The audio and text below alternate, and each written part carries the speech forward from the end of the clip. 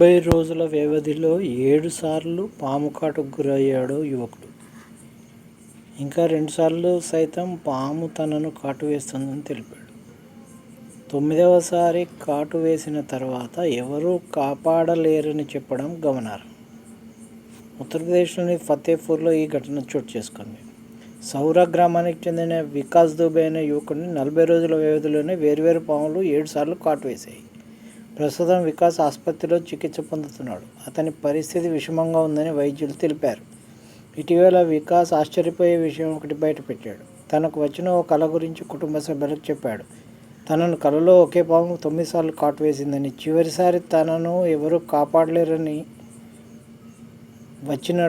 కల వచ్చినట్టు వికాస్ వివరించాడు. వికాస్నే పాములు ఎందుకు కాటు వేస్తున్నాయో అర్థం కావడం లేదని వైద్యులు పేర్కొంటున్నారు.